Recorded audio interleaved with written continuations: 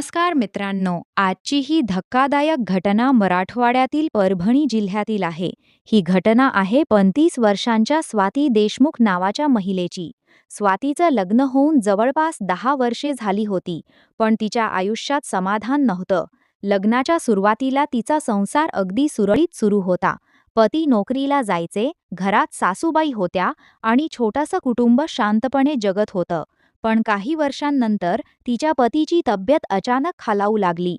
सुरुवातीला साधा आजार असेल असं सगळ्यांना वाटलं, पण डॉक्टरांकडे वारंवार फेऱ्या मारूनही त्यांची प्रकृती सुधारत नव्हती. दिवसेंदिवस ते अशक्त होत गेले. नोकरी देखील बंद झाली. आता घराचा खर्च पूर्णपणे सासूबाई शैलाबाई देशमुख यांच्या पगारावर चालत होता. त्या सरकारी कार्यालयात काम करत होत्या आणि त्याच पैशावर घर सुरू होतं. स्वातीला मात्र या परिस्थितीचा मानसिक त्रास होऊ लागला. तिचं आयुष्य जणू थांबल्यासारखं झालं होतं.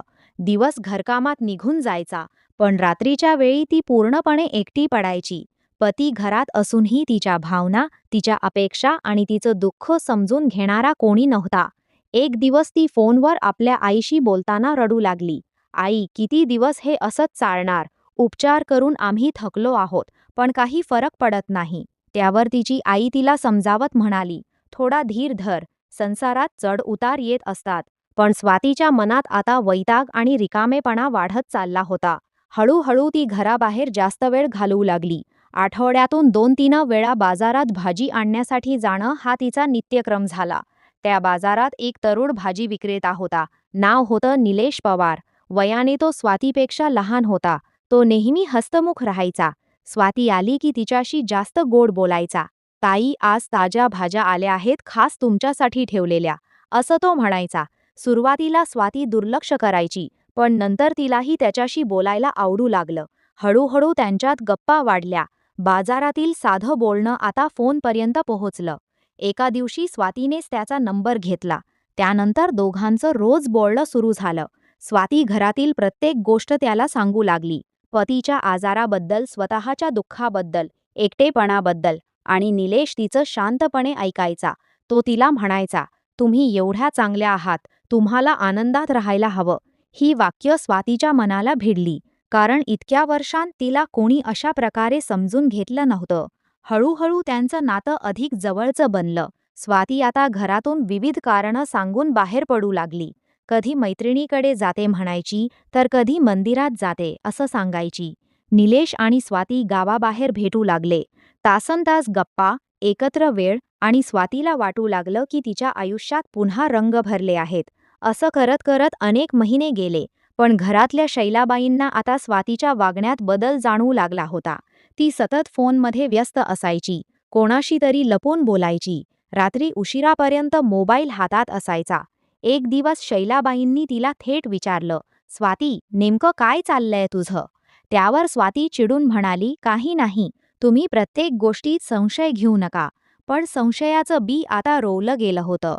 पार्ट 2 मध्ये पुढे. शैलाबाईंना स्वातीच्या हालचाली दिवसेंदिवस संशयास्पद वाटू लागल्या होत्या. आधी शांत आणि घरात राहणारी स्वाती आता सतत फोनवर असायची. कुणाचा मेसेज आला की ती लगेच दुसऱ्या खोलीत जाऊन बोलायची. कधी अचानक तयार होऊन बाहेर पडायची, तर कधी रात्री उशिरापर्यंत मोबाईल हातात घेऊन बसायची. एक दिवस दुपारची वेळ होती. स्वातीला वाटलं घरात कोणी नाही. ती फोनवर निलेशसोबत हसत बोलत होती. पण त्याच वेळी शैलाबाई मागून आल्या आणि त्यांनी तिचं बोलणं ऐकलं. "तू काळजी करू नकोस, मी उद्या भेटायला येते," स्वाती म्हणत होती. हे ऐकताच शैलाबाईंनी तिच्या हातातून मोबाईल हिसकावून घेतला. "कोण आहे हा?" त्यांनी रागाने विचारलं. स्वाती घाबरली, पण लगेच स्वतःला सावरत म्हणाली, "माझी मैत्रीण आहे." पण शैलाबाईंना आता खात्री झाली होती की काहीतरी गंभीर सुरू आहे. त्या दिवसापासून त्यांनी स्वातीवर लक्ष ठेवायला सुरुवात केली. ती कुठे जाते, कोणाशी बोलते, किती वेळ फोन वापरते, प्रत्येक गोष्ट पाहिली जाऊ लागली. त्यामुळे स्वाती वैतागून गेली होती. इकडे निलेशलाही हे सगळं कळलं. तो म्हणाला, "तुझ्या सासूबाई सतत मध्ये येत असतील तर आपल्याला भेटणं अवघड होईल." स्वाती आता पूर्णपणे निलेशच्या प्रेमात अडकली होती. तिला वाटू लागलं की तिच्या आयुष्यात तिचं खरं ऐकणारं, तिला समजून घेणारं व्यक्ती म्हणजे निलेशच आहे. दरम्यान काही महिन्यांनी तिच्या पतीची तब्येत आणखी बिघडली. अनेक दिवस उपचार सुरू होते, पण शेवटी एका रात्री त्यांचं निधन झालं. घरावर दुःखाचा डोंगर कोसळला. शैलाबाई पूर्णपणे खचून गेल्या. तर स्वाती बाहेरून दुःखी दिसत असली तरी तिचं मन वेगळ्याच विचारात होतं. आता तिच्यावर कोणतीही बंधनं राहणार नाहीत असं तिला वाटत होतं. पतीच्या निधनानंतर काही दिवस सर्व काही शांत होतं. पण नंतर पुन्हा स्वाती आणि निलेशचं भेटणं सुरू झालं. एक दिवस शैलाबाई काही कामासाठी बाहेर गेल्या होत्या. ही संधी पाहून स्वातीने लगेच निलेशला फोन केला. लवकर ये, घरात कोणी नाही, ती म्हणाली. निलेश लगेच तिच्या घरी पोहोचला. दोघे घरात बोलत बसले होते, पण अचानक दरवाजाची बेल वाजली. स्वाती घाबरली. दार उघडलं तर समोर शैलाबाई उभ्या होत्या. त्यांनी घरात निलेशला पाहताच संताप व्यक्त केला. हे काय चाललंय? त्या जोरात ओरडल्या. निलेश घाबरून तिथून पळून गेला.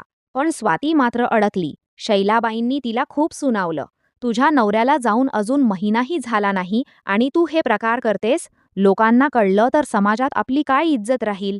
त्या दिवसानंतर घरातील वातावरण पूर्णपणे बदललं. शैलाबाई आता स्वातीवर कडक नजर ठेवू लागल्या. फोन वापरण्यावर मर्यादा आणल्या. बाहेर जाण्यावर प्रश्न विचारले जाऊ लागले. स्वातीला हे सगळं सहन होत नव्हतं. एका रात्री ती निलेशला भेटली आणि रागाने म्हणाली, ही बाई माझं आयुष्य जगू देत नाही. रोज टोमणे मारते, प्रत्येक गोष्टीत अडवते. निलेश काही वेळ शांत राहिला आणि मग हळू आवाजात म्हणाला, जर ती मध्येच नसती तर आपल्याला कोणाची भीतीच राहिली नसती. हे वाक्य ऐकून स्वाती काही क्षण शांत झाली. पण त्या रात्रीनंतर दोघांच्या मनात एक धोकादायक विचार जन्माला आला होता. पार्ट 3 मध्ये पुढे. त्या रात्रीनंतर स्वाती आणि निलेश सतत एकाच विषयावर बोलू लागले. शैलाबाई त्यांच्या नात्यामध्ये अडथळा बनल्या आहेत असं दोघांनाही वाटत होतं. सुरुवातीला फक्त राग होता, पण हळूहळू त्या रागाचं रूप धोकादायक विचारांमध्ये बदलू लागलं. तारीख होती 18 फेब्रुवारी 2026. रात्रीची वेळ होती. परिसर शांत झाला होता. शैलाबाई दिवसभराच्या थकव्यामुळे झोपल्या होत्या. त्याच वेळी स्वातीने निलेशला घरात बोलावलं. दोघेही काही वेळ शांत बसून योजना आखत होते. स्वातीच्या चेहऱ्यावर भीती होती, पण राग त्याहून मोठा होता. निलेश हळू आवाजात म्हणाला, आता मागे फिरायचं नाही. घरातील सगळे दिवे बंद होते. शैलाबाई गाढ झोपेत होत्या. त्यानंतर दोघांनी मिळून त्यांच्यावर हल्ला केला. काही क्षणातच घरात भयानक शांतता पसरली. घटना घडल्यानंतर दोघे घाबरले. आता पुढे काय करायचं हा प्रश्न त्यांच्यासमोर उभा होता. स्वातीने लगेच आपल्या चुलत भावाला फोन केला. त्याचं नाव होतं रोहित. तिने त्याला सांगितलं की मोठी अडचण झाली आहे आणि मदतीची गरज आहे. रोहित रात्री उशिरा आपल्या मित्रासोबत तिथे पोहोचला. घरातलं दृश्य पाहून तोही हादरला. पण आता सगळेच या प्रकरणात अडकले होते. त्यांनी घाईघाईने पुरावे लपवण्याचा प्रयत्न सुरू केला. मृतदेह एका मोठ्या पोत्यात भरला गेला. मध्यरात्रीच्या सुमारास ते चौघे गाडीतून बाहेर पडले आणि गावापासून दूर असलेल्या ओढ्याजवळ पोहोचले. तिथे त्यांनी मृतदेह टाकून दिला आणि कोणी पाहण्याआधी परत घरी आले. दुसऱ्या दिवशी सकाळी स्वाती नेहमीसारखी वागू लागली. जेव्हा शेजाऱ्यांनी शैलाबाईंबद्दल विचारलं तेव्हा ती म्हणाली, त्या नातेवाईकांकडे गेल्या आहेत. पण 2 दिवस उलटून गेले तरी शैलाबाईंचा काहीच पत्ता लागला नाही. त्यामुळे नातेवाईकांना संशय आला. शेवटी त्यांच्या पुतण्याने पोलीस स्टेशनमध्ये तक्रार दाखल केली. पोलिसांनी तपास सुरू केला. परिसरातील सीसीटीव्ही फुटेज तपासण्यात आले. त्यात रात्री उशिरा एक कार घराजवळ येताना आणि काही वेळाने निघून जाताना दिसली. गाडीचा नंबर तपासल्यानंतर पोलीस थेट रोहितपर्यंत पोहोचले. सुरुवातीला त्याने उडवडवीची उत्तरं दिली, पण पोलिसांनी कडक चौकशी करताच तो तुटला. त्याने संपूर्ण घटना सांगितली.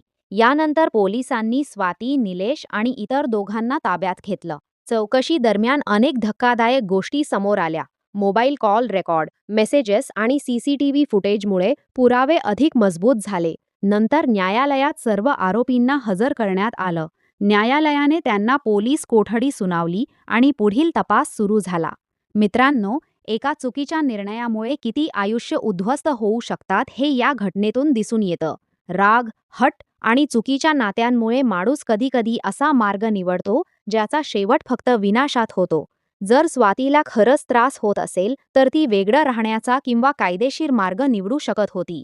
पण चुकीच्या मार्गाने घेतलेला निर्णय शेवटी सर्वांच्याच आयुष्यावर काळा डाग बनून राहिला.